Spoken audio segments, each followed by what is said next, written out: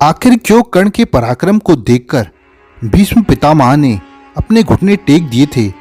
दोस्तों, महाभारत में कुरुक्षेत्र युद्ध से पहले भीष्म पितामह ने सूर्यपुत्र कर्ण का सदैव अपमान किया था और सूर्यपुत्र कर्ण को युद्ध से पहले अधिरथी कहा था। ये बात सुनकर सूर्यपुत्र कर्ण अत्यंत क्रोधित हो गए थे और भीष्म पितामह से कहा था कि जब तक आप युद्ध में जीवित रहेंगे तब तक मैं युद्ध नहीं करूंगा। अगर आपने युद्ध में पांडवों का वध कर देते हैं तो मैं अपना सब कुछ त्याग कर वन में चला जाऊंगा, और अगर आपका पांडवों द्वारा वध हो जाता है तो मैं अकेले ही पांडवों के सारे महारथी योद्धाओं को युद्ध में परास्त करके उनका वध कर दूंगा। ये कहते हुए सूर्यपुत्र कर्ण ने युद्ध में 10 दिन तक भाग नहीं लिया।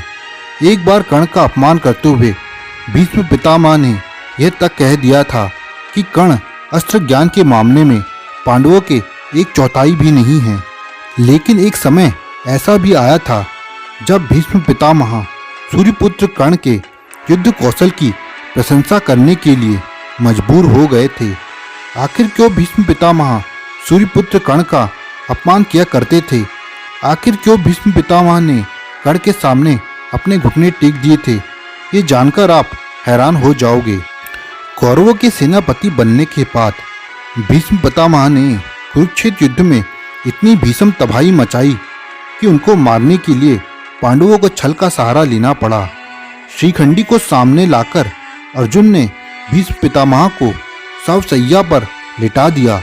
जब सूर्यपुत्र कर्ण ने भीष्म पितामह के वध के बारे में सुना तो सबसे पहले भीष्म पितामह के पास गए और उनके पैर स्पर्श करके उन्हें प्रणाम किया और कहा कि मैं वही कर्ण हूँ जिसका आप सदा अपमान किया करते थे। आखिर मेरा क्या दोष था कि मैं आपकी आंखों में चुभ रहा था। तब भीष्म पितामह ने कर्ण को गले लगाते हुए प्रसन्नतापूर्वक कहा, हे कर्ण, मैं खुश हूँ। मैंने तुम्हारा सदा अपमान किया है, फिर भी तुम मुझे देखने को आए हो। आज मैं तुम्हें एक रहस्य बताना चाहता हूँ कि तुम राधा और अधिरथ के पुत्र नहीं हो। तुम राजमाता कुंती और भगवान सूर्य नारायण के पुत्र हो। ये बात मुझे भगवान श्री कृष्ण और नारद जी ने बताई है। हे कर्ण, मैं तुमसे कभी घृणा नहीं करता था। तुम महावीर महापराक्रमी योद्धा हो, लेकिन तुम हमेशा अपने भाइयों पांडवों से द्वेष करते थे। इसलिए मैं तुम्हारा सूर्य तेज को कम करने के लिए मैंने हमेशा तुम्हें कठोर वचन बोला था। हे कर्ण, मैं तुम्हारे पराक्रम को जानता हूँ कि तुम्हारा पराक्रम देवताओं से भी बढ़कर है। तुम्हारा जैसा पराक्रमी योद्धा इस पूरी दुनिया में कोई नहीं है। मैं सिर्फ कुल भेद के कारण सदैव तुम्हारा अपमान करता रहा हूँ। तुम युद्ध में अर्जुन और श्री कृष्ण के समान हो।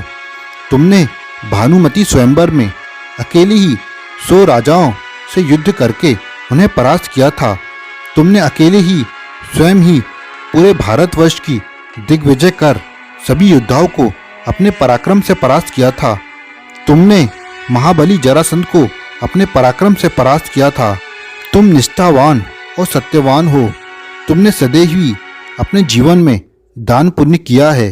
तुम तेज में सूर्य के समान हो और पराक्रम में अलौकिक पराक्रम युद्ध दिखाने में सक्षम हो।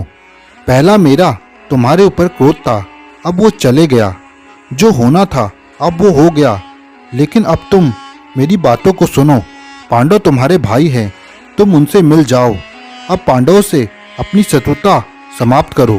ये सुनकर कर्ण ने कहा, माता कुंती ने मुझे जन्म से त्याग दिया था और राधा माँ और अधिरथ बाबा ने मुझे पाला पोसा और बड़ा किया है। जब कोई मेरा साथ नहीं दे रहा था तब दुर्योधन ने मेरा साथ दिया था। इसलिए मैं उनके साथ विश्वासघात नहीं कर सकता। पितामह, मैं जानता हूँ कि युद्ध में पांडवों और श्री कृष्ण को युद्ध में मैं हरा नहीं सकता, लेकिन फिर भी धर्म के अनुसार युद्ध करूँगा। यह सुनकर भीष्म ने कहा, अगर तुम अपना शत्रु भाव नहीं छोड़ सकते तो अपने धर्म के अनुसार युद्ध करो। मैं तुम्हें आशीर्वाद देता हूँ कि तुम जीवन में जो चाहोगे वो पाओगे। इस संसार में सबसे बड़ा धर्म मित्रता है और तुम्हारी और दुर्योधन की मित्रता सारा संसार याद रखेगा।